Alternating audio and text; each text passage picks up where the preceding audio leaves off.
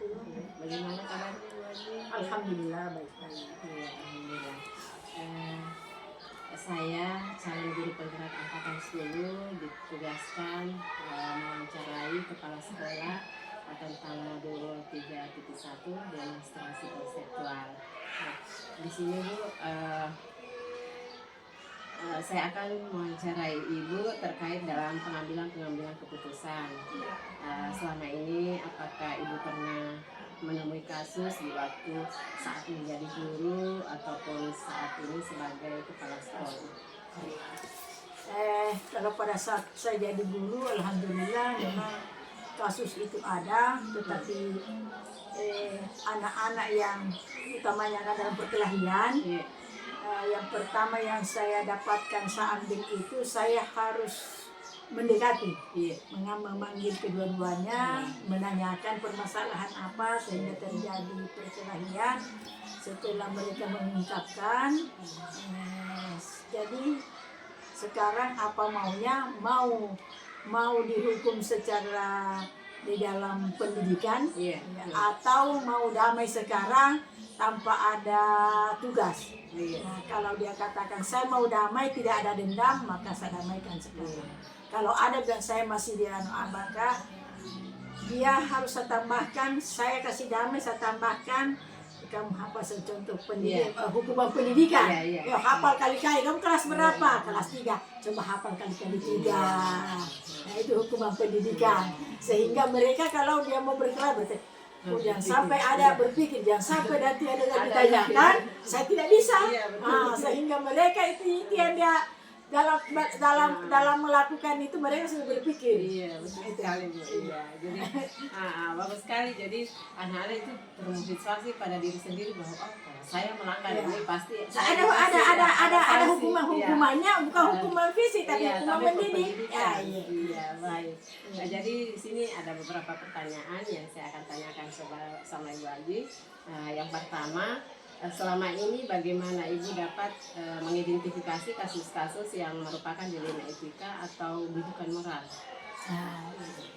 Kalau seperti bujukan moral, setiap hari, setiap upacara, ataukah mungkin ada tugas piket, kalau kita habis senam saya berikan pemahaman bahwa di lingkungan sekolah ini semuanya kita bersaudara. Tidak ada yang bisa saling mengganggu antara satu dengan yang lainnya.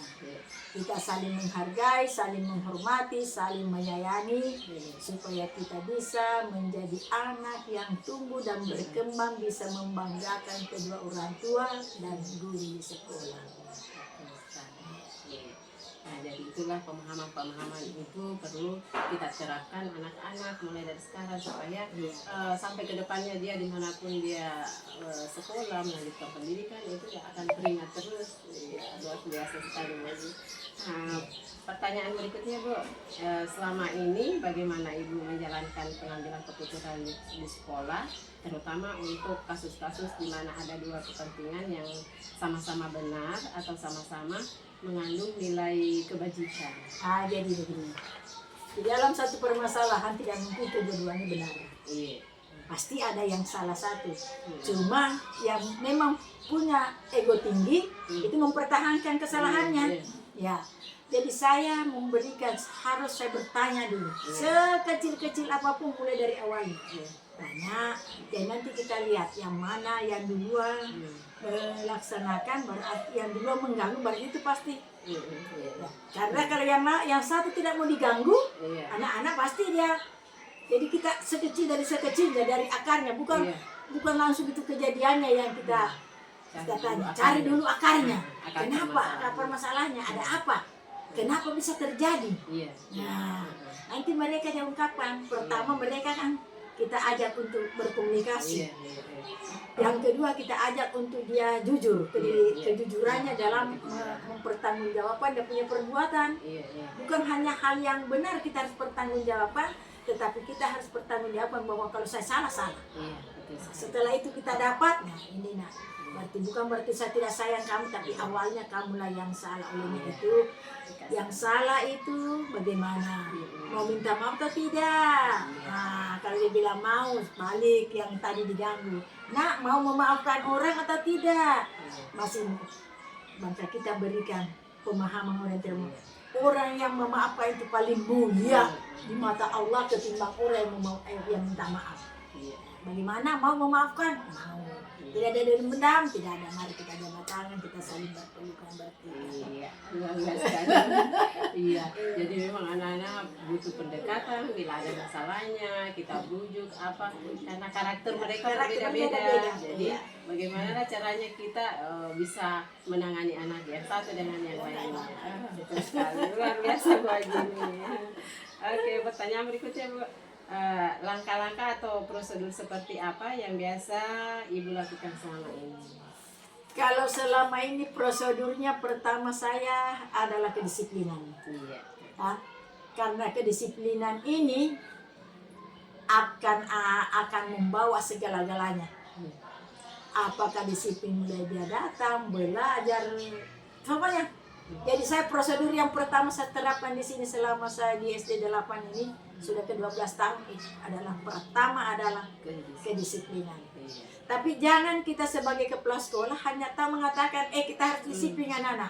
Padahal kepala sekolahnya tidak. Kalau saya tidak. Begitu mengatakan kedisiplinan, saya harus berlomba anak-anak datang di sekolah. Itu Sebagai teladan. Sebagai teladan. Kenapa? Karena kepala sekolah itu adalah contoh dari gurunya, guru-gurunya, dan contoh kepada anak-anak. Bagi guru dan anak-anak. Betul sekali. Jadi itu yang saya terapkan Bu, sehingga berjalan demi hidup sampai saat ini tidak pernah saya rubah. Dengan prosedur ini semuanya apa yang ada di sekolah Ibu semuanya berjalan dengan baik, karena dengan itu sebagai pemimpin menerapkan sifat teladan baik kepada guru maupun kepada murid. Iya, harus begitu. Harus, iya, betul sekali. Iya. Nah, pertanyaan berikutnya Ibu, hal-hal apa saja yang selama ini Ibu anggap efektif dalam pengambilan keputusan pada kasus-kasus dilema etika? Kalau ini yang pertama, kalau toh itu memang kasus itu berat, maka saya harus duduk bersama kepada guru, meminta pandangan. Karena jangan sampai saya mengambil keputusan, saya walaupun mungkin saya atasan, tetapi mari kita dudukkan supaya teman-teman guru dengan adanya kasus bisa kita saling mengungkapkan. Oh, ini yang harus kita. Jadi di dalam mengambil keputusan kita ambil suara, setelah musyawarah kita suara terbanyak. Ya, langkah-langkahnya bagaimana? Kalau memang itu berat, kita mendekati, kita pergi sama orang tuanya atau memanggil orang tuanya. Ya, kalau itu memang berat, tapi alhamdulillah selama ini Bu belum ada yang sangat berat selama saya masih mampu masih masih kita berjalan. Apapun masalah yang kita hadapi, kalau kita bekerja sama dengan guru-guru, saling berdiskusi, mengomunikasikan, pastilah ada solusi dan jalan keluar yang bisa kita dapatkan. Alhamdulillah, sudah itu yang saya jalankan. Iya, alhamdulillah. Terus ini Bu, ada lagi yang selanjutnya pertanyaannya. Apakah Ibu memiliki sebuah tata cara atau jadwal tertentu dalam sebuah penyelesaian kasus dilema etika? Apakah Ibu langsung menyelesaikan di tempat atau memiliki sebuah jadwal untuk menyelesaikannya? Bentuk atau prosedur seperti apa yang Ibu jalankan? Kalau saya tidak punya jadwal, karena yang berkasus ini kita tidak tahu kapan. Jadi saya itu begitu ada kasus, ya saya katakan tadi, kalau itu memang berat, maka saya harus duduk sama-sama dan saya harus menyelesaikan hari itu juga. Yang kita panggil tidak disimpang. Karena kasus ini yang kita takutkan, jangan sampai kita tidak selesaikan, lantas dia berkembang sana di luar. Nah, itu kita takutkan. Ya, kalau di dalam lingkup sekolah ini kita sudah selesaikan, datang orang tuanya kita menyampaikan, kan sudah aman. Karena jangan sampai kalau kita tidak selesaikan, nanti antara orang tua dengan orang tua bisa dia saling, apalagi ada apalagi ada grup yang di sosial media, kan tidak enak. Tuh, jadi kita selesaikan. Kalau ada saya tidak tidak bermalam, karena itu kalau bermalam sudah lain lagi, lain lagi ceritanya. Jadi di situ mengambil keputusan ini, alhamdulillah saya jalankan sudah begitu, Bu. Sudah 12 tahun di sekolah ini, saya diberi kepercayaan sudah hal-hal seperti itu. Jadi memang supaya kasus itu tidak berlarut-larut, alangkah bagusnya kalau hari itu langsung diselesaikan, supaya juga tidak juga ada pemikiran bahwa sampai di sana namanya ini baku lesmi lagi, lain cerita. Pasti otomatis dia kaitkan dengan sekolah karena kejadiannya di sekolah. Nah, tapi kalau ini sudah terselesaikan di sekolah, walaupun ada ocehan di luar, saya tidak tahu orang di luar. Karena yang di sini yang saya selesaikan adalah anakku yang ada di sekolah ini, masuk dari jam 7 sampai jam 12 itu adalah anaknya guru. Bukan anaknya orang tua. Nah, itu yang saya.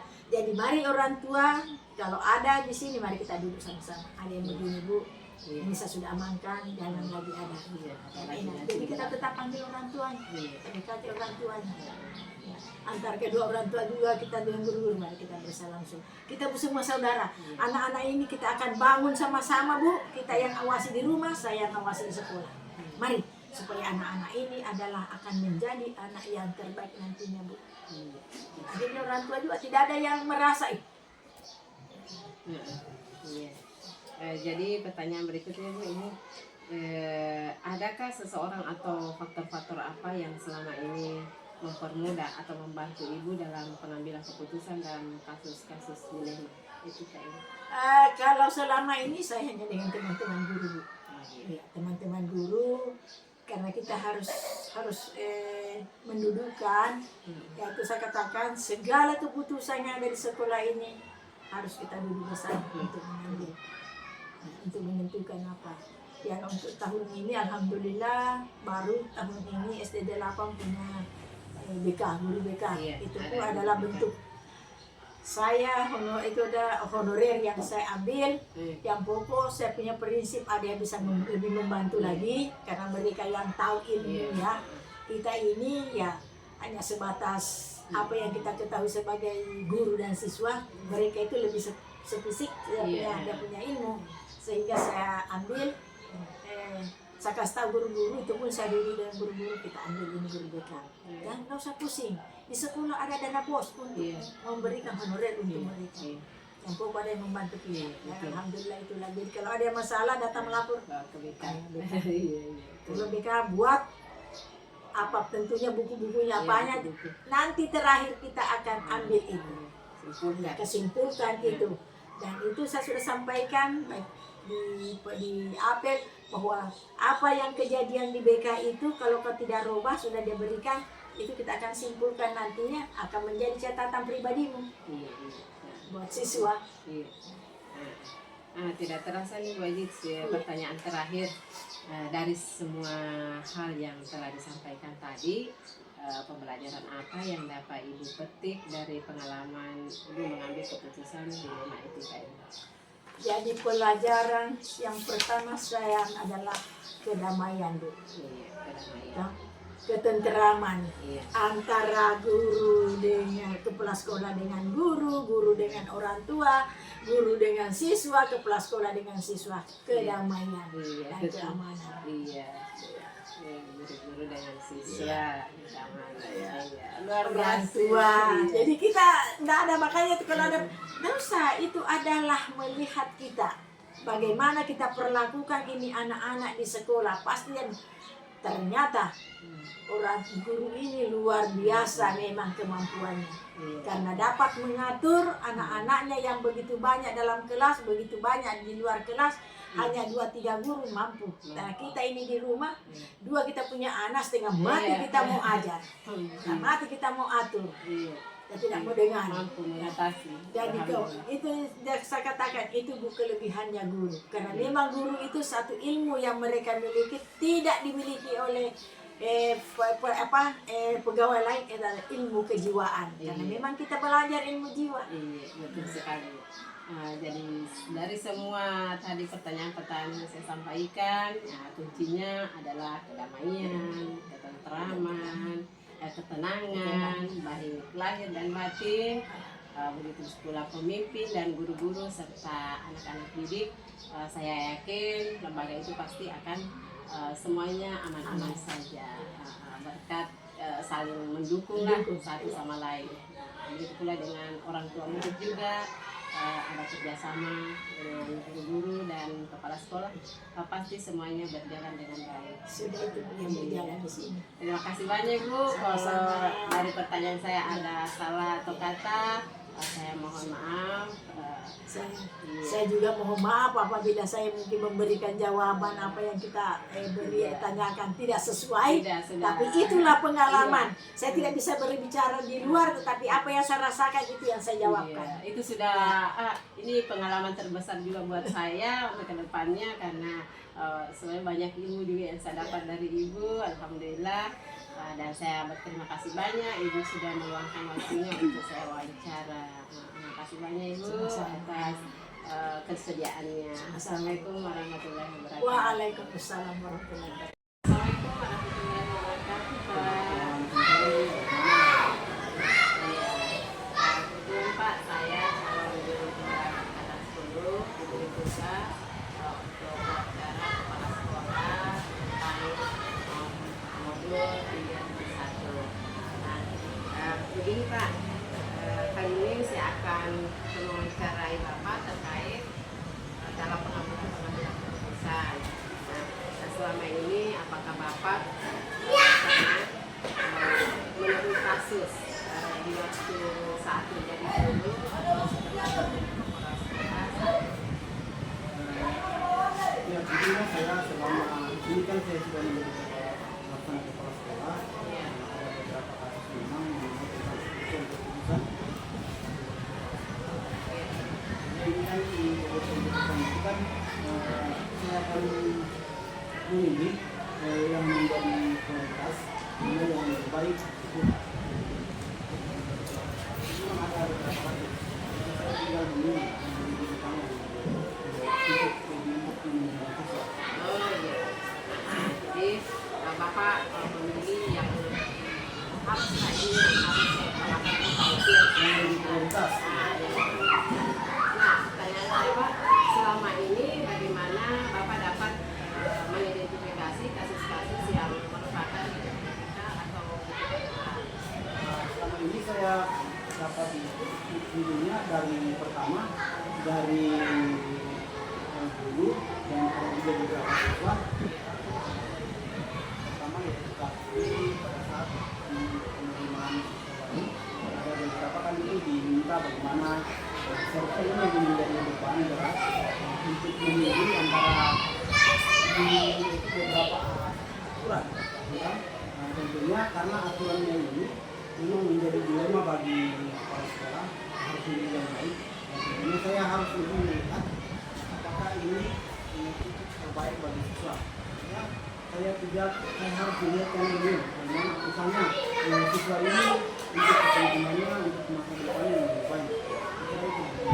Jadi saya memilih yang mencari yang bagaimana. mungkin ada yang kadang kita menemui ada siswa yang cukup umurnya, Iya. orang tua sudah memaksakan anaknya untuk masukkan di SD. Jadi itu Iya. menjadi dilema bagi kita sebagai kepala sekolah ya Pak. Dan juga ada juga kadang-kadang ada sisi donasi Nah, itu nanti. yang sementara di sekolah belum ada namanya prestasi. Iya. Ini juga yang menjadi dilema bagi saya. Kadang orang tua meminta untuk membuatkan surat keterangan supaya bisa semua anaknya, tapi saya identifikasi dulu, saya lihat dulu apakah anaknya ini memang betul-betul dia pintar berprestasi. Kalau memang dia pintar berprestasi, saya buatkan. Walaupun memang dalam aturan sekarang tidak ada isu yang namanya. Bisa seperti itu karena kita Jadi saya identifikasi dulu, saya lihat dulu di kelasnya, saya tanyakan kepada gurunya beberapa nilainya. kita Iya, saya Jadi saya identifikasi dulu nilainya, ini wawancarai dulu awal kelas. wawancara dulu, lihat dalilnya. Iya. Jadi pertanyaan saya selanjutnya Pak, selama ini bagaimana Bapak menjalankan keputusan Bapak, terutama untuk kasus-kasus di mana ada dua kepentingan yang sama-sama benar atau sama-sama mengandung. Nah, saya praktik, saya mengambil keputusan itu tidak sendiri, tetapi saya melakukan dulu pertemuan bersama guru-guru yang lain. Nah, kemudian setelah kita melakukan pertemuan kita memilih mana yang itu tidak terbaik. Jadi memang saya pengambilan keputusan apapun saya tidak sendiri, tapi bersama-sama dengan guru-guru. Jadi hal-hal seperti ini memang kita tidak bisa bahwa kita sebagai pemimpin langsung keputusan sendiri, harus ada saling bersama dengan guru. Guru yang pantau nanti. Iya, yang sampai kondisi kondisi kelasnya. Jadi pertanyaan selanjutnya Pak, langkah-langkah atau prosedur seperti apa yang bisa Bapak lakukan selama ini? Langkah-langkah prosedur yang pertama ya, saya harus membuat aturan tersebut bahwa ini yang boleh jika ada memang aturan umum yang harus kita harus langgar, kita harus untuk lewati atau bagaimana, tentunya kita harus ada komunikasi bersama guru dan juga bersama komite. Jadi saya melibatkan juga dari perwakilan komite.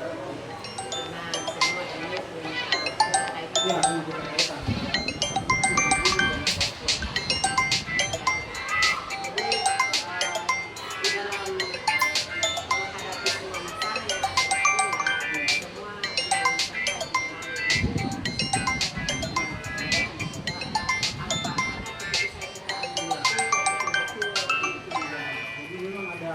Kita melakukan penyaringan antara sekolah, guru, dan komite.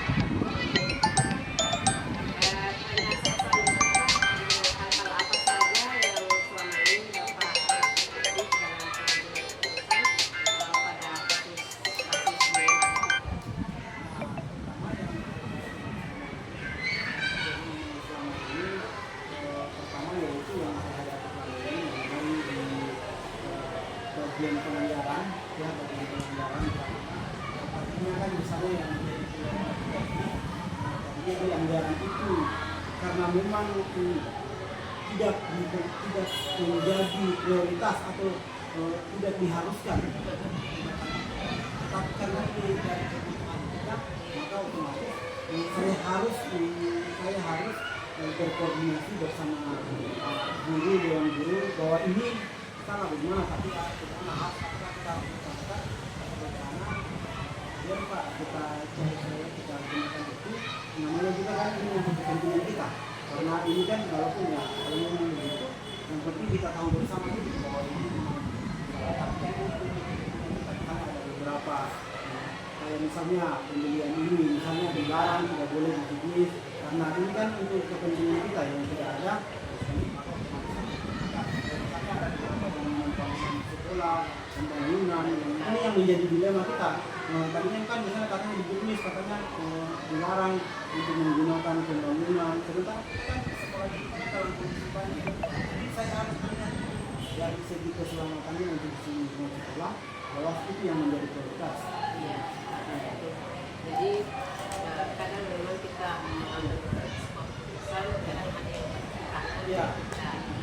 Mestinya aturan ini seperti inilah, tapi ada hal yang paling dibutuhkan.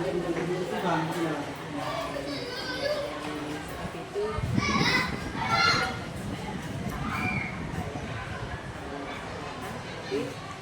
Terus pertanyaan berikutnya Pak, hal-hal apa saja yang selama ini merupakan tantangan dalam pengambilan keputusan pada kasus-kasus ini? Nah ini Pak, yang menjadi tantangan sebenarnya ini pertama kan ini tantangan pertama saya itu kebiasaan yang dulu selama ini mereka di dalam dalam itu harus juga untuk menjadi bagian dari itu. Padahal kan selama ini kan tidak diperbolehkan. Iya. Anggaran dana bos kan harus digunakan untuk kebutuhan di sekolah. Iya.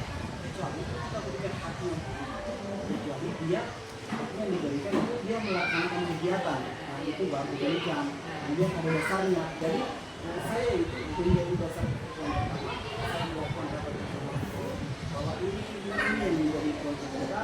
Jadi kalian kegiatan kalian ini dibacakan lewat ini, kemudian yang tidak boleh. Jadi saya sampaikan kepada Allah rapat Dewan Guru bahwa yang ini diperbolehkan, yang ini tidak boleh. Jadi melalui bersama rapat Dewan Guru. Pertanyaan selanjutnya, apakah Bapak memiliki sebuah kata-kata atau jadwal tertentu dalam semua penyelesaian kasus pidana? Apakah Bapak langsung menyelesaikan di tempat atau memiliki sebuah jadwal untuk menyelesaikan itu, atau prosedur seperti apa yang Bapak jalankan? Nah, bentuk dalam jadwal sepertinya dan jadwal di WMPK ini. Nah, kebetulan kami di sekolah kami ini kan ada namanya komunitas belajar. Ya. Nah, lewat komunitas belajar akan membahas mengenai apa-apa yang menjadi kita, apa-apa yang menjadi prioritas sekolah kita. Jadi lewat komunitas belajar ini tiap kita bahas apa yang menjadi kekurangan, apa yang menjadi tidak boleh, apa yang tidak boleh yang kita lakukan, dan apa yang harus kita lakukan. Lewat jadwal tiap minggu, lewat komunitas belajar inilah kita berbagi sharing bersama dengan guru. Jadi komunitas belajar ini semua apa yang kendala-kendala yang ada atau tantangan yang ada di sekolah ini Bapak bahas bersama di komunitas. Iya, komunitas belajar kita ya. Karena itu kan komunitas belajar sama dengan sekarang, dan ini dari situ kita melakukan apa. Jadi saya lanjut di pertanyaan berikutnya. Adakah seseorang atau faktor-faktor apa yang selama ini mempermudah atau membantu Bapak dalam pengambilan keputusan dalam kasus Nah, tentunya ada untuk dalam kalau itu seseorang yang membantu saya untuk menangani dalam kasus ini, memang ada beberapa saya mulai dari guru-guru senior atau orang tua saya yang menyebutkan bahwa ini yang tidak boleh, bahwa ini tidak boleh, ini anggaran harus kita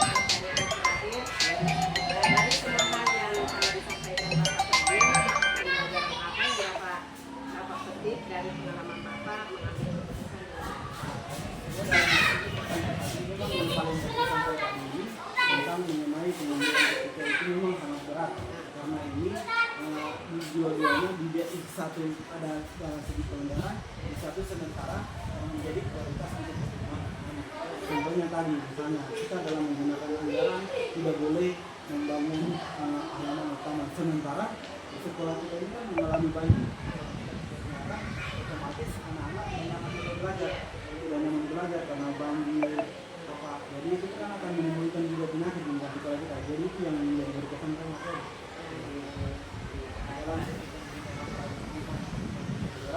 Iya. Ada beberapa Ini merupakan jaminan kita yang ini harus dilakukan. Yang ini harus dilakukan sementara tidak sedikit. Sementara ini kami sekolah ini sangat menguntungkan. Kalau kami menunggu dari penanganan untuk maupun proyek atau sampai kapan lagi. Jadi ini kita harus betul-betul kita sebagai kepala sekolah itu harus menggunakan kebijaksanaan memanfaatkan untuk kepentingan sekolah ini. Apalagi dalam pengambilan keputusan sangat berat Ya. memiliki wakil jadi tadi yang Bapak telah sampaikan dengan adanya segala keputusan atau ada tantangan atau masalah yang dihadapi di sekolah, Bapak lakukan yang sengaja bersama teman-teman ini akan mempermudah dan ini akan mempermudah apa yang terjadi di sekolah kita ini bisa mendapatkan solusi bersama dengan masyarakat. Jadi mungkin cukup sekian pertanyaan dari saya. Saya ucapkan banyak terima kasih Bapak telah meluangkan waktunya untuk saya bicara. Dan kalau ada salah kata dari saya, mohon maaf. Terima kasih banyak Pak atas waktunya. Assalamualaikum warahmatullahi wabarakatuh. Assalamualaikum warahmatullahi wabarakatuh. Waalaikumsalam warahmatullahi wabarakatuh. Bagaimana kabarnya? Gini Bu, kebetulan saya calon guru penggerak angkatan 10 diberi tugas untuk mewawancarai kepala sekolah terkait dengan sesi 1 demonstrasi konstitua. Di sini Bu, kali ini saya akan mewawancarai Ibu apakah selama ini Ibu pernah menemui kasus tentang pengambilan keputusan, apakah itu di saat Ibu masih menjadi guru atau setelah menjadi kepala sekolah. Dalam hal ini sering terjadi kasus-kasus di sekolah, itu hampir setiap hari ada kasus-kasus yang sama. Oke Bu, jadi ada beberapa pertanyaan yang saya ingin tanyakan ke Ibu terkait dalam pengambilan keputusan. Baik Ibu, pertanyaan yang pertama, selama ini bagaimana Ibu dapat mengidentifikasi kasus-kasus yang merupakan nilai etika atau bujukan moral? Kami lakukan di sini cara mengidentifikasi status tersebut dengan cara memanggil anak-anak yang bersangkutan dan menanyakan permasalahan yang jadi kalau setiap ada kasus Ibu memanggil anak tersebut menanyakan apa permasalahan yang mereka sampai mereka melakukan kesalahan. Baik Ibu, di pertanyaan selanjutnya, selama ini bagaimana Ibu menjalankan pengambilan keputusan di sekolah Ibu, terutama untuk kasus di mana ada dua kepentingan yang sama-sama benar atau sama-sama mengandung nilai kebaikan? Keputusan yang saya ambil yaitu keputusan yang saya ambil di sekolah yaitu dengan cara melibatkan semua dewan guru, terutama perwalian anak yang bermasalah tersebut, karena dalam permasalahan tersebut ada juga yang tentu ada yang benar dan ada yang salah. Jadi menyelesaikan masalah itu saya tentu harus betul-betul memperhatikan dan mempertimbangkan dengan penuh kebijakan. Betul sekali. Jadi memang sebagai kita sebagai pendidik memang tidak boleh langsung bahwa oh ini kamu yang salah. Jadi Ibu mengambil langkah bahwa menanyakan kedua belah pihak apa permasalahannya, setelah itu menanya kedua anak tersebut dan menanyakan apa kasusnya, betul sekali. Jadi ini pertanyaan selanjutnya, langkah-langkah atau prosedur seperti apa yang biasa Ibu lakukan selama ini? Yang kami lakukan di sekolah ini, langkah-langkah yang dilakukan yaitu harus kita terlebih dahulu mengetahui permasalahan anak tersebut. Dalam hal ini saya tetap tenang dan tidak terpancing emosi dengan cara menyelesaikan yang terbaik bersama dengan kemudian selain itu juga saya mengajak anak-anak untuk berbicara dari hati ke hati. Jadi bila anak-anak menghadapi hal itu, ibu memanggil anaknya dari hati supaya mungkin dengan cara ibu memanggil dia berbicara langsung menanyakan masalahnya, mungkin dia bisa lebih terbuka dan mengungkapkan apa permasalahannya karena kadang anak-anak kalau banyak temannya di sampingnya terus kita tanya-tanya begitu, kadang dia tidak mau bicara ya Budi, malu tertutup. Sehingga kalau kita panggil, misalnya panggil kita langsung panggil yang bersangkutan, kemudian kita ikati dengan cara membujuk, kita bicara dari hati ke hati, dia bisa lebih terbuka. Iya betul nih. Terus tahu tindakan yang Ibu ambil ini dengan berbicara hati ke hati, pasti itu anak-anak dengan spontan juga langsung mengungkapkan bahwa ini yang terjadi seperti ini. Iya baik Ibu. Jadi setelah mengambil langkah-langkah itu, ya, hal-hal apa saja yang selama ini Ibu anggap efektif dalam pengambilan keputusan pada kasus-kasus dilema etika? Hal yang kami lakukan yaitu pertama melakukan konsultasi dengan internal bersama dengan guru. Dia mengambil tindakan itu seperti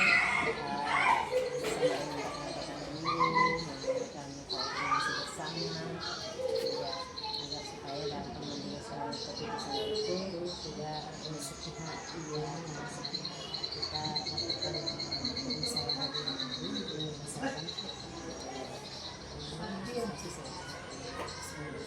baik sekali. Lanjut pertanyaan berikutnya, hal-hal apa saja yang selama ini merupakan tantangan dalam pengambilan keputusan pada kasus-kasus dilema etika? Ya, hal-hal yang biasa ada atau yang terjadi yaitu melakukan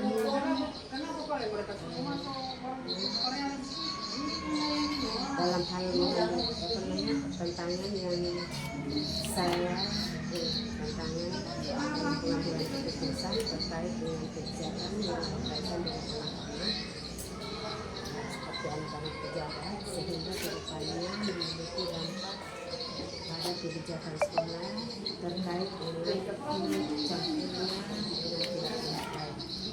Biasa seperti ini yang tantangan ada tapi Ibu adanya tantangan dari misalnya apakah itu kita melihat dari segi dan juga orang tua anak tersebut seperti yang pejabat, anak tersebut adalah anak yang berpengaruh dalam sekolah, perhatikan dia dan merupakan tantangan berat juga kita dalam yang berat ya. keputusan biasa terjadi.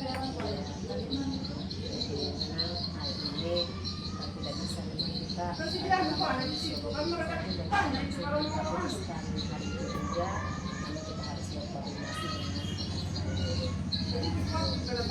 Pertanyaan selanjutnya Ibu,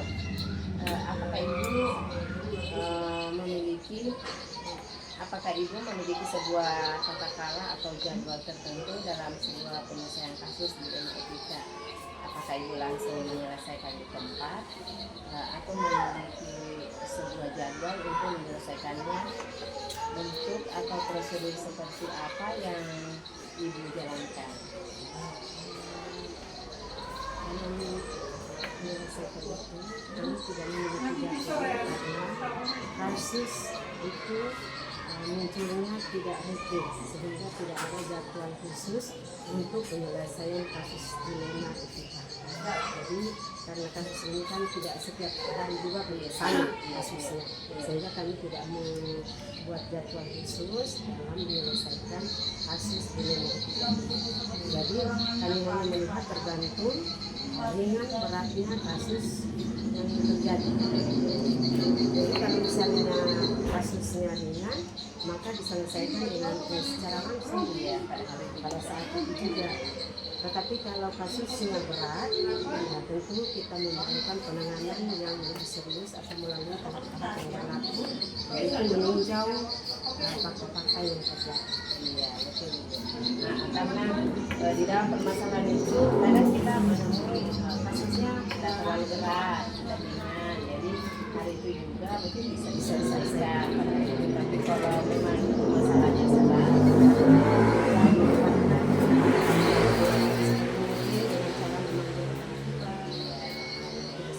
bersama supaya ketika mereka di luar tidak lagi masalah. iya, tindakan yang sudah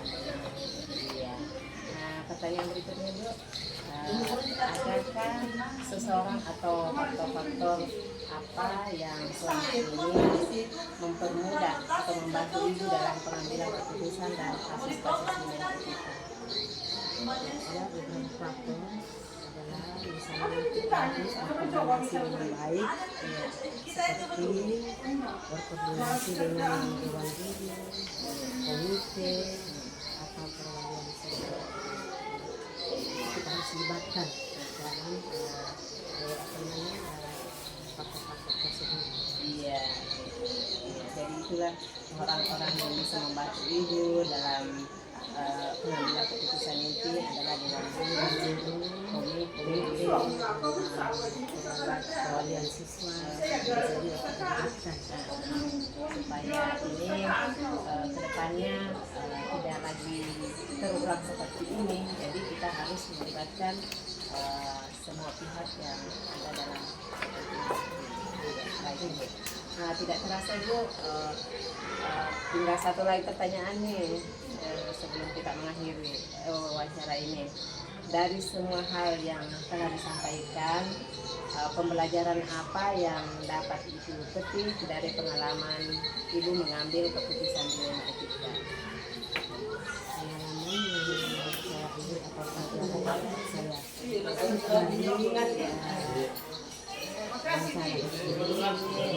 pembelajaran yang saya dapatkan adalah dalam rangka pengambilan keputusan adalah pentingnya kita ini yang perlu kita perhatikan adalah kita harus berkomunikasi dengan baik dan koordinasi yang baik juga dengan semua pihak agar pengambilan keputusan akhir itu yang diambil harus sesuai dengan sasaran dan berdampak positif serta berpihak pada semua siswa. Iya.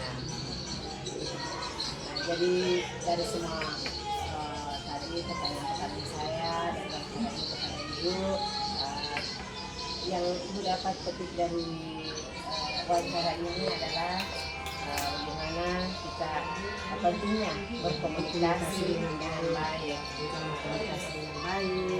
Kemudian juga agar pengambilan keputusan itu betul kepada anak murid. betul berpihak kepada siswa. Jadi saya juga banyak mengambil pelajaran dari wawancara ini dan saya juga mendapatkan banyak edukasi. Ibu sudah meluangkan waktu untuk saya wawancara hari ini. Bila ada kata-kata saya yang tidak berkenan di hati Ibu dalam tuntutan ini, saya mohon maaf. Dan saya mengucapkan banyak terima kasih atas kesempatan Ibu untuk meluangkan waktunya untuk wawancara. Terima kasih banyak Ibu. Assalamualaikum warahmatullahi wabarakatuh.